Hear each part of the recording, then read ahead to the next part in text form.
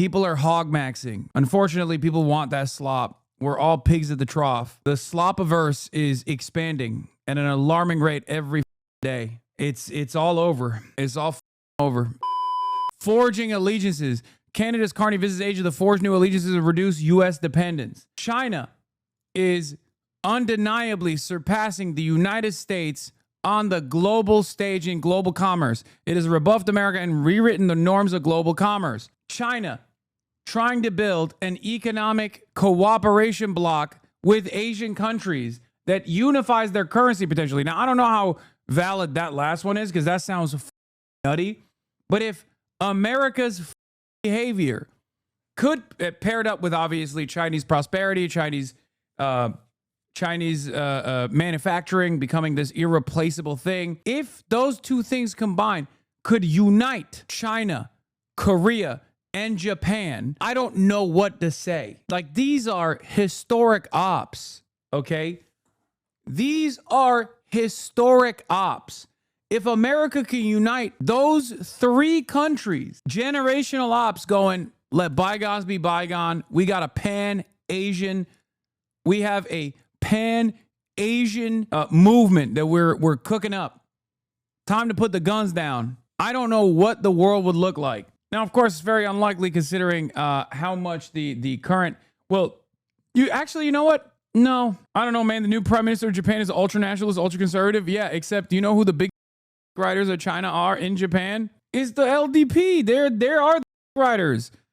Who do you think has all the businessmen that have major contracts with the Chinese government? So yeah, Japan, like the Japanese population obviously has a lot of disdain for the Chinese, even though it's crazy. It's like if Germans still aggressively hated all Jews. Like, Japanese people hating Chinese has always rubbed me the wrong way. Because, like, I understand why the Chinese hate the Japanese. They were the victims. Why the do the Japanese still harbor resentment for the Chinese and the Korean? It blows my mind. It's like, bro, you dominated them. You did the Holocaust to them, but like Asian style. It makes no sense that they have no like sense of shame whatsoever for it. No reflection on those actions and just pure hatred. That's why I always laugh at these like white guys that LARP as though they are Japanese, but they like live in England and stuff. And they're constantly posting about like how the Japanese are so xenophobic. They're finally putting their foot down and saying Japan for the Japanese. And they talk about these things, right? And they don't realize, like, Japanese people have more smoke for people that they suspect as being secretly Korean or secretly Chinese than they do for, like, Indian migrants, okay? Like, they constantly talk about, like, oh, the Japanese hate the Kurds. The Kurds are coming here. And I often see that channeled by white expats that live in Japan. Well, not all of them, you know. Shouts out to Chris Broad. He actually made a video about this issue right now. The misinformation coming out of Japan is out of control. But it's always the dumbass white immigrants that went to Japan that chirp about how all these other immigrants are ruining it for us. It's like, no, man, in the eyes of the Japanese, you guys are all the same, okay?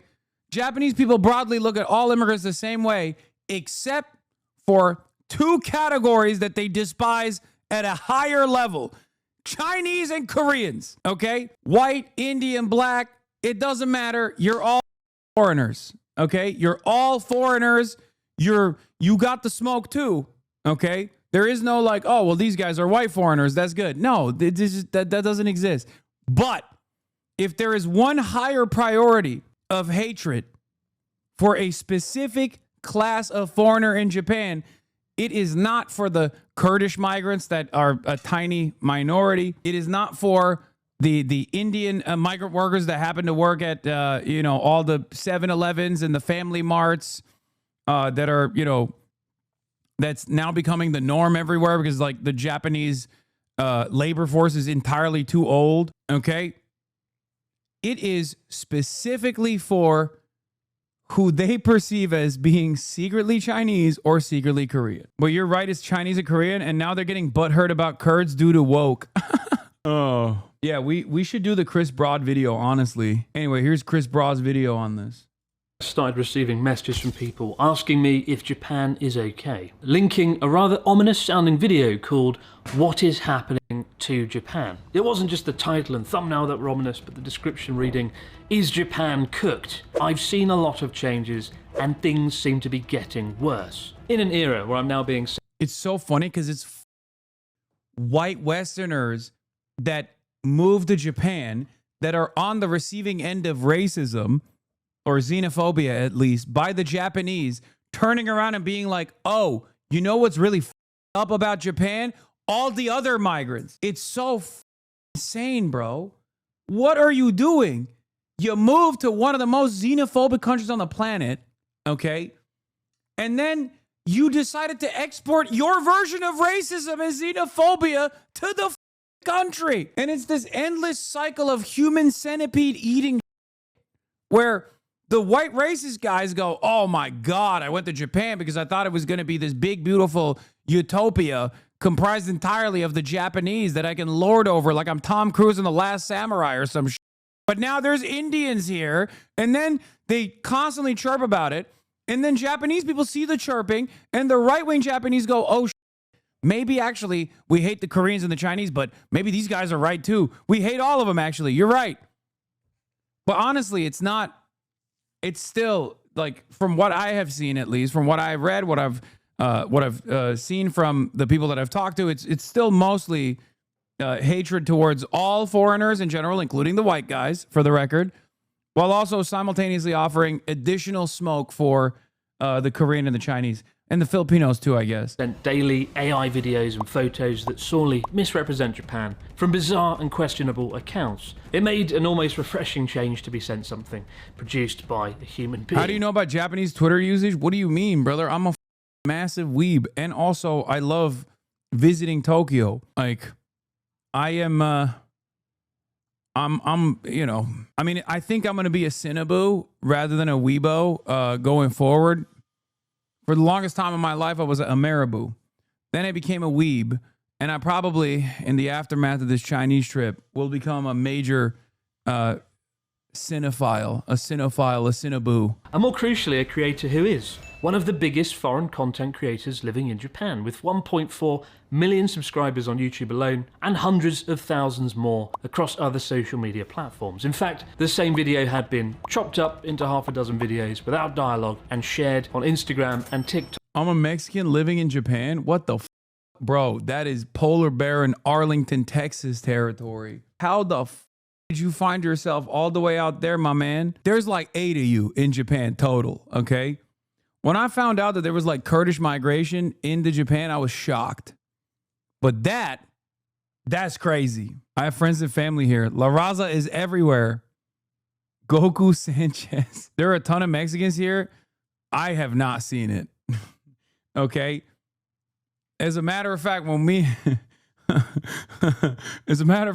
were visiting, it's a meme to try to get March to eat Guzman y Gomez.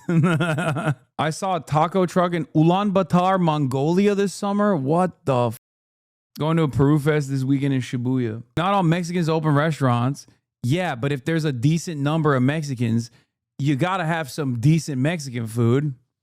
Like, that's normal. It's not just entirely about Mexicans at that point. It's just any migrant population. If they get to a certain size, there's going to be restaurants, there's going to be grocery stores that have some better food, you know? I had the worst burrito of my life in Seoul. I found a burrito place in Almaty, Kazakhstan like a decade ago. It was pretty decent, actually. Mexican food truck is the best. Mexican food is in my kitchen. Anyway, let's continue. Amassing over 3 million views in just a matter of days. Now, I was especially concerned, not just as somebody living in Japan or Tokyo, but actually this street where the thumbnail's taken is somewhere I walk down once or twice a week in Nakameguro. One of my favourite coffee shops is just around the corner, and in fact, this video I made earlier in the year was filmed on the same street, albeit at a different angle, not showing the abandoned house. And not to mention, I've actually been living in the neighbourhood myself for the last 3 years. And when I went to take the thumbnail for my video, I quickly noticed a few interesting differences between my original ungraded photos and the thumbnail of her video. It is a rather fascinating game of spot the difference. So naturally I was a bit concerned to find out what is happening to Japan, especially as over 3 million people had seen this message. For half of the runtime of the video, the creator in question walks through Kabukicho in Shinjuku, Japan's biggest nightlife district with a reputation for being dirty and gritty, filming bin bags, litter and homeless people. In the short form content, the same videos show the litter being intercut at times with foreign tourists, who are queuing unremarkably to take a photo of the Toho Godzilla statue, although the angle of the statue... Bro, what is with white people? They have to, wherever they go, they have to do Tyler Oliveira style videos, I think. Like, is that just like a epigenetic thing? Like, what the f is going on? Everywhere you go, you got to be like, listen, this place is racist, but not racist enough for my taste, okay? Because like complaining about foreigners in Japan as a foreigner is the most insane thing I can think of. Brother, you're the foreigner. Like, what are you talking about? They're like, hey, these guys are pretty racist, pretty xenophobic, but honestly, they could go harder. She was left out of the footage. And it's at this point I need to reiterate, if you don't know Japan, Kabukicho or Shinjuku can be a bit of a shock. It's the equivalent of walking through downtown LA or Soho in London. And in recent years, it's been gentrified more. It absolutely is not the equivalent, okay? No. The worst place, like the worst places I've been to these places, I think it does not even hold a candle in terms of cleanliness to the average American city, okay? The average American city is far, far worse and in a state of utter disarray. Perhaps anywhere in Tokyo. It used to be genuinely quite dangerous. I remember 10 years ago, I made a hotel reservation there and had to cancel it after there was a Yakuza shootout quite literally across the road from the hotel. The area is also synonymous with Tokyo's homeless population as far back as 2003, when the film Tokyo Godfathers shone a spotlight on the long-standing homeless population, which, according to the statistics, is thankfully going down. And if you walk around there today, compared to 10 years ago, there are far less homeless people. But crucially, Kabukicho and Shinjuku doesn't represent Tokyo, it doesn't represent Japan, but if you wanted to make Japan look cooked, it would be the first place you would go, pull out your camera and hit record.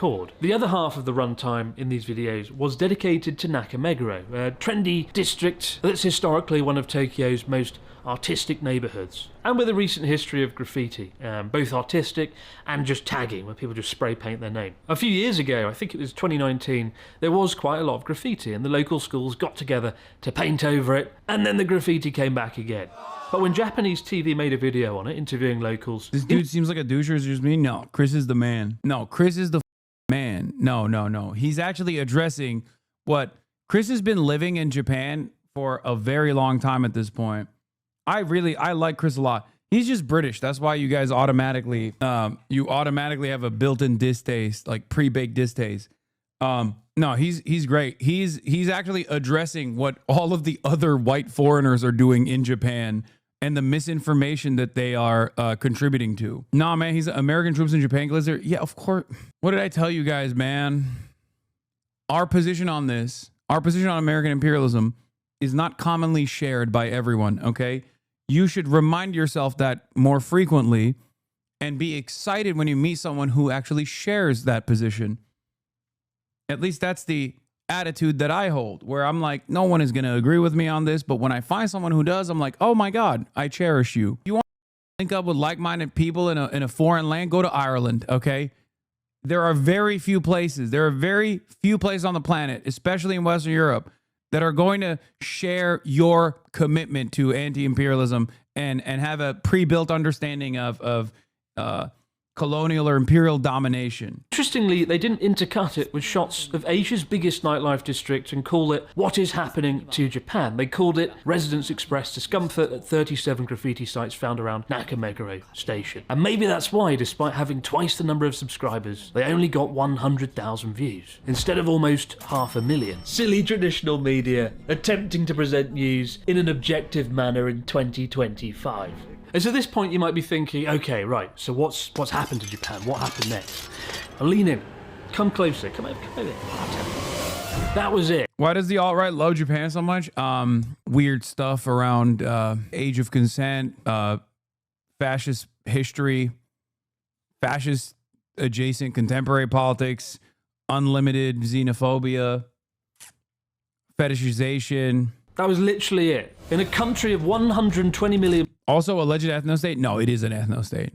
No, Japan is like, I think it's appropriate to call Japan an ethno-state. The difference between like Japan and other formations, I would say, is that Japan did its indigenous ethnic cleansing a very long time ago. Japan is probably one of the best examples of the dangers of, or the suicidal nature of maintaining an ethno-state. They will literally age out of existence at this point in order to maintain their racial purity. People. They were all cooked because of some bin bags in a red light district and some spray paint on a wall down 6 or 7 streets in the capital city. And while the YouTube video was 15 long, stupid minutes I'll never get back, it was the short form content that really concerned me. We live in a scary time when more people now than ever before learn things about countries and cultures from 30 to 60-second videos without context, and where the more sensationalist the videos are, the more you will be rewarded for it. People are angry, both in Japan and around the world at the moment, and this video, or these videos, seem to be exceptional rage bait that made a lot of people angry. Without any exposition on TikTok, Instagram, YouTube Shorts, they showed a series of awful images in a densely populated area, and if you look at the comment sections, particularly on those shorts, graffiti writing on the walls, American African influence. I didn't know that Japan is diversity. Thanks, foreigners. Ruin it for everyone else who love to go to Japan. They treat foreigners as a collective. I've been through something like this about 20 years ago. Bro, is this... Yo. Are white people unlocking the same consciousness that, like, migrants who kick the ladder down have? Is this the same attitude as, like, when you got, like a Mexican ICE agent? They're like, oh, we are the good kind of migrants. If it only wasn't for the bad kind of migrants. It's like, bro, they don't make that distinction, okay? You're not a part of the in-group, okay? If anything, as far as like tourists goes, I would go so far as to say American tourists are the absolute worst, myself included. you will see the most vile, hateful, angry comments that you can find. A creator isn't responsible for what people comment on their content, but subtle choices, the way the images and clips are cut and edited together, with the message that goes with it, can have a very powerful effect. As somebody who's edited over 300 videos, I'm more aware of that than anyone. The most unsettling thing is it's never been easier to monetize sensationalist slop content. And if you do it, you'll be richly rewarded for it.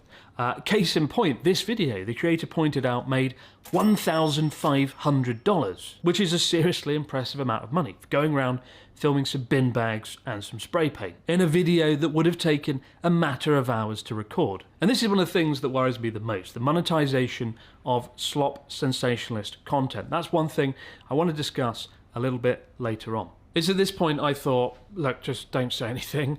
Bite your tongue, move on. But when I saw millions... Oh, true. Israeli tourists. I guess, like, a lot of people are saying, no, you don't understand, it's British tourists. And some might even say, no, it's Australians. Or some say, no, it's Israelis.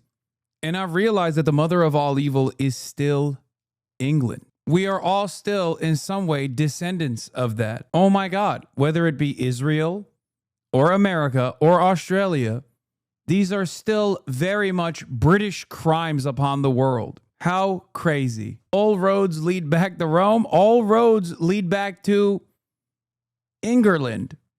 Ironically enough, also, I guess you could say the Roman Empire also was, at a certain point, leading back to England too. Upon millions of views, people angry, a current backdrop of sensationalist slop content taking over, and a rise in anti-foreign sentiment here in Japan, I snapped. I had to say something. I chose to bring attention to it publicly. And I quickly received 2 replies. The first was from a guy who posted a photo of some graffiti he saw in 1993, pointing out graffiti has always been around in Tokyo. And the other comment was from the content creator herself, who told me to take it down. This was now a creator on creator matter, and they were just a humble creator with a GoPro, somehow conveniently forgetting they were one of the biggest foreign content creators in Japan. Now, I think if you are a large content creator, both literally and metaphorically, you should be willing to accept a degree of scrutiny. I know I do every time I release a video, people attack me for various things. And if I see something that I believe misconstrues reality, then I'm going to call it out as well. Impressively, no less than 6 hours later, she'd shot, edited, and released an entire video about what she'd called an attack, calling me a gatekeeper. I was accused of painting Japan as a utopia. I was accused of excluding her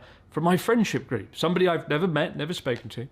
I was accused of being grumpy, maybe because her viewers had claimed that she was more attractive than me and less grumpy. And no, I'm not making this up. This is actually a real video. And finally, I was called the C word, just to add the cherry on top. It is, ironically, one of the most bizarre... Cracker? Personal, rambling attacks that I've ever had. And I think it is really pointless. It degrades any sort of debate or conversation, and it's the least important thing that I want to talk about. Wait, what did he say? I only show the intriguing claims. I only show the romanticized side of Japan. Her What is Happening in Japan video allegedly took 2 years of research. I've had a personal issue with the content creator for 5 years. It degrades any sort of debate or conversation, and it's the least important. Wait, he called him Chinese? It's not Chris Broad, it's Chinese Broad. Thing that I want to talk about today. And for some clarity, I really don't dislike this person. I dislike their content, not just this video, but some other videos, which I'll discuss. I know I can be sarcastic and silly, but I'm genuinely not a malicious person. I quite honestly wish her well. And I ask you, if you disagree with her, if you disagree with me, that you always comment in a respectful manner and don't share any hatred online. There's already enough of that going around. And I'm making this video for 2 reasons. Number one, there are much bigger issues in play here around content creation, around Japan, and I want to discuss those. And second of all, some people see it as me bullying another creator because they don't understand why I would bring this up. And honestly, I don't do this sort of thing lightly. I hate to break it to you, Christopher. Everyone's a hog now. That's it. He nailed it in the first half, though. It is because of like the accelerated monetization of rage bait, clickbait. People are hog maxing. It is going to get to a point where it will be a rare breed that you have people who go, I don't think this is the case. I think you're just behaving in a kind of evil way. Unfortunately, people want that slop. We're all pigs at the trough. Liberal mind cannot fathom hogification. No, straight up.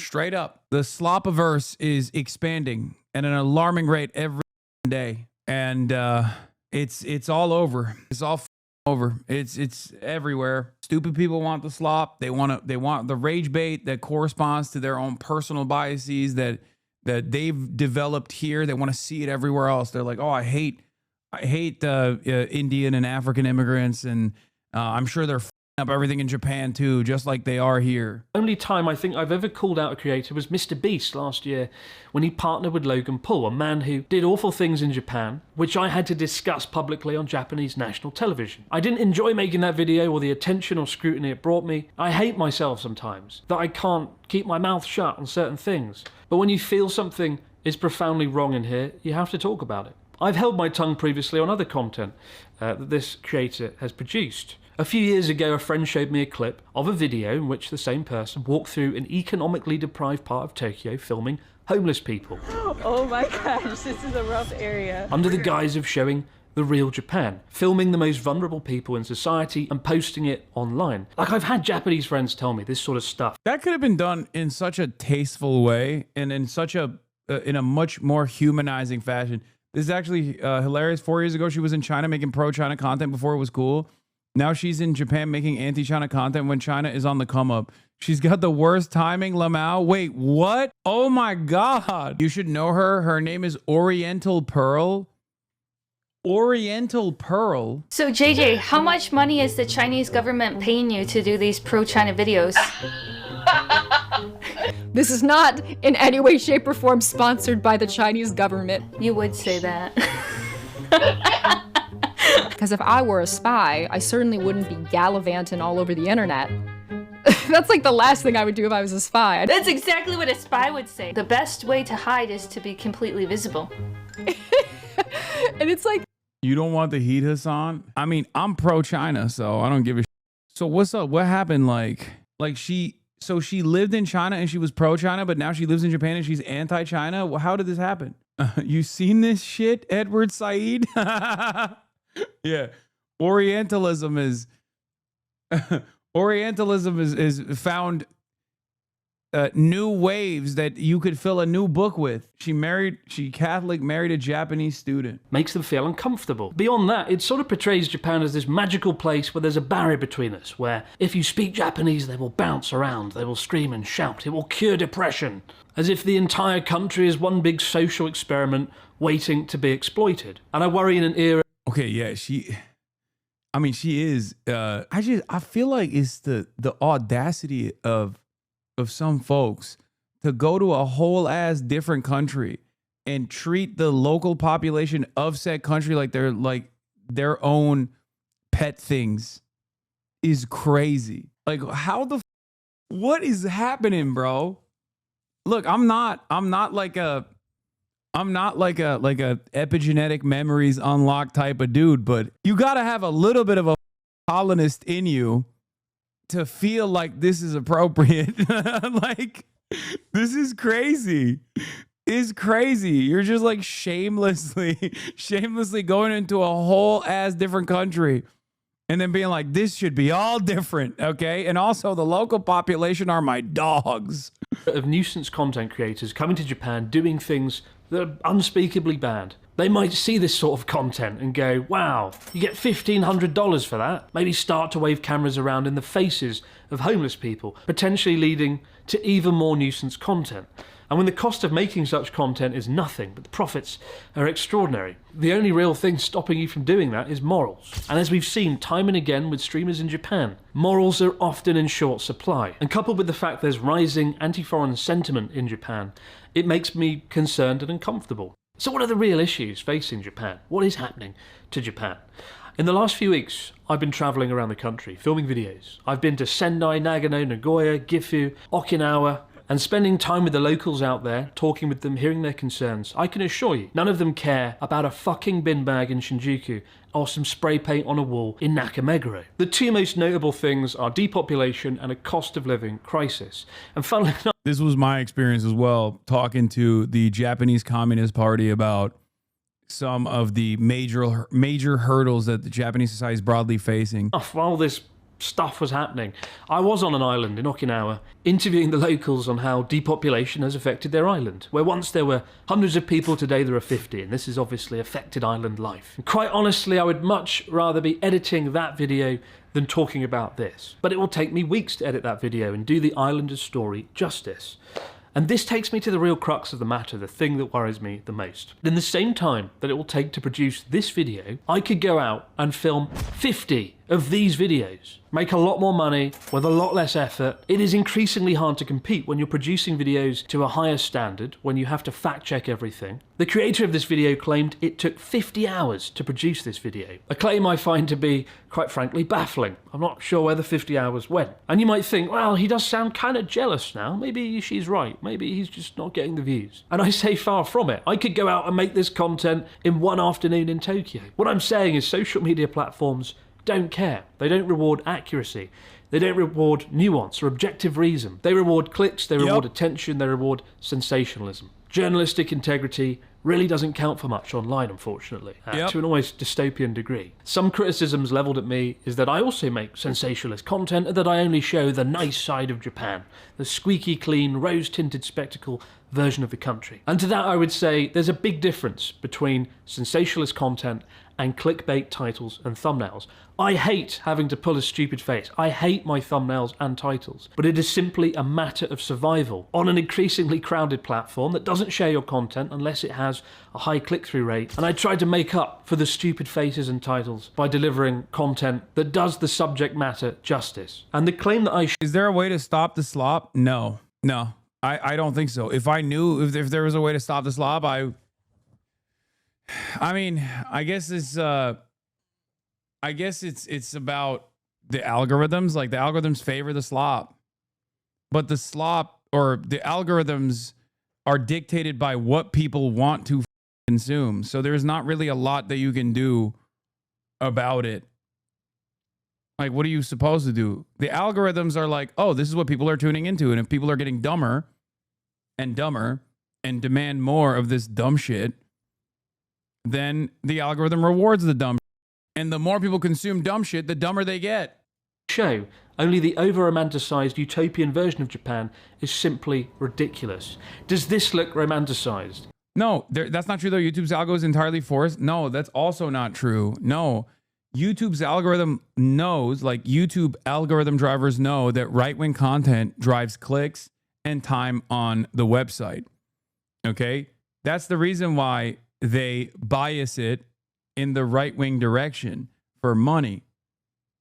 But that still means that there is a genuine interest. There is a genuine interest in watching the right-wing shit, the right-wing slop. It's true. People want bottom of the barrel, like thoughtless content for the most part. Slop is all king. This drama is extreme right versus centrist. I mean, not even. It's just like, I mean, I guess, but. Is this a utopia? Does that look romanticized? Is this a utopia? But do I walk through economically deprived parts of Tokyo and also no, I don't. And I'm sorry if that is the only definition of showing the dark side of Japan that you have. I cover the matters that I genuinely believe are affecting Japan the most. And in fact, I've been speaking with a homeless shelter about doing a documentary, but it's a serious topic and these are people's lives and I need to... We just, we're experiencing a mini outage. Uh-oh. It's turning into a major outage potentially. Hold on now. Hold on to your butts, everybody. A little bit of F-maxing. No, it's not playing the video that's cooking it, dude. I think it's... in general, about so many things, about the state of the world. And this is sort of to the side of this issue. As you may know, I've been living here over a decade now, about 13 years, and I've been extremely lucky to be here. And I've always tried to show Japan in a fair and balanced way, particularly more rural areas that I love, which I've been lucky to call home. And more I'm seeing comments and discourse online that I'm just a foreign guy living in Japan. I don't understand the culture. I'm a foreign guy exploiting Japan. And I've had that claim thrown at me more in the last 12 months than in the last 12 years combined. To the point, it has sort of sucked the energy out of me a bit and made me wonder, what am I doing? Does what I do matter anymore? No matter how many documentaries I make, no matter what I shine a spotlight on, no matter who I meet or what I do, just a foreign guy exploiting Japan. And I felt lost about what am I doing here? I was far happier as a smaller creator without the burden of expectations, without people overanalyzing everything I said or did. And to be frank, the only thing that keeps me doing this is knowing I'm very lucky to have an amazing audience of people. I know you're not just numbers on a view count, you're actually real people, and I'm very grateful I've got to meet so many of you. I sort of need to know. Can you relate? Yes, I can relate. It is unfortunately part and parcel with like being a large content creator of any sort. Like if you exist as a successful or large content creator, no matter which niche you're filling, you don't have to be a political commentator at all. Like anything, you could be doing anything. You could be doing videos like Chris does about how wonderful Japan is and the things that Japanese people care about, whatever, right? No matter what happens, there's always going to be waves and waves of just like haters over a long enough timeline. Like, boo-hoo, stop a dog and stop whining. Again, this is literally what I mean. Thank you for proving my point for me. So it's just, I mean, we're all profoundly privileged, obviously, as in comparison to like other real celebrities. Obviously, we're in a different position because like we're much more accessible. It is what it is, and I think it's getting worse overall because I think the internet's getting meaner, right? Like we're becoming more mean on the internet, and Twitter take over Elon Musk and things of that nature definitely don't help. If you're watching, my IRL toolkit's getting spammed. I think they're targeting my IRL toolkit. It's not. I don't think it's my internet. Yesterday it was my internet. Yesterday my internet went out. Today I think people are spamming the IRL toolkit. I think they're DDoSing the third party software that I use, because yesterday my internet went out. Okay, and in an effort to in an effort to create a redundancy, I went back to using, or was it yesterday? I think, yeah. Yesterday, my internet went out. And so in order to avoid that, in order to avoid that, and I went back to fixing the redundancy problem by using IRL Toolkit, which is what a lot of top content creators also use when they're live streaming and stuff like that. And I think it's just like that's what's getting targeted again. I don't know if other big streamers are also experiencing this. It could very well be. I mean, it says that all systems operational at 100%. So